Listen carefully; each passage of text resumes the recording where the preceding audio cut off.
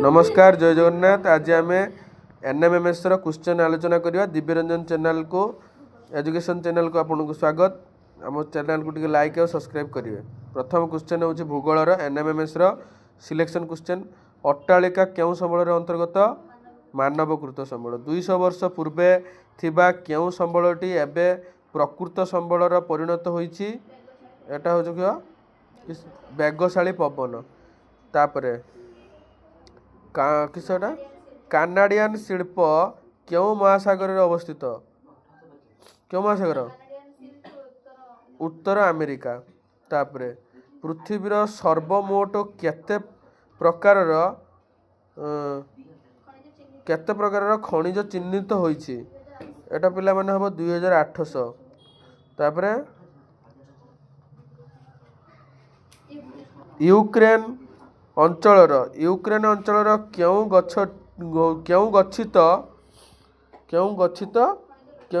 रही? क्यों खनिज गच्छित हो रही? एटा छुआ हम एटा हम जिप्सम। तापरे स्कांडिनेविया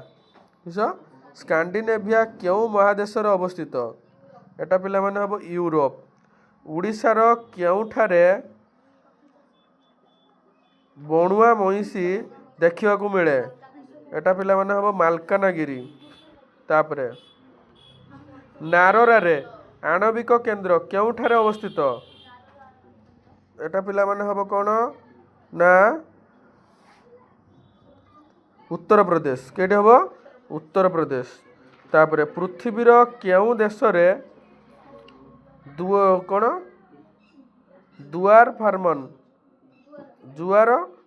फार्मान गठित होईछि? जुआर फार्मान गठित होईछि केडी छुआ? रूसिया रे।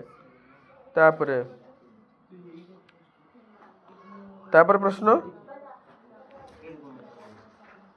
प्रश्न देखंतु एटी देछि किस वन्यप्राणी बोर्ड आम देशर केबे गठन करा जायछि? एटा पिला 1972। तापर एपटे देखंतु पृथ्वीर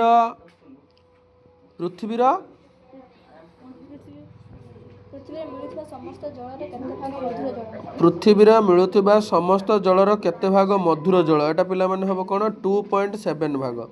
तापरे युक्तराष्ट्र अमेरिकार गोटे साधारण चाष जमीर प्रायतः केते हेक्टर? चाष जमी केते हेक्टर रही? केते छुआ ना 250।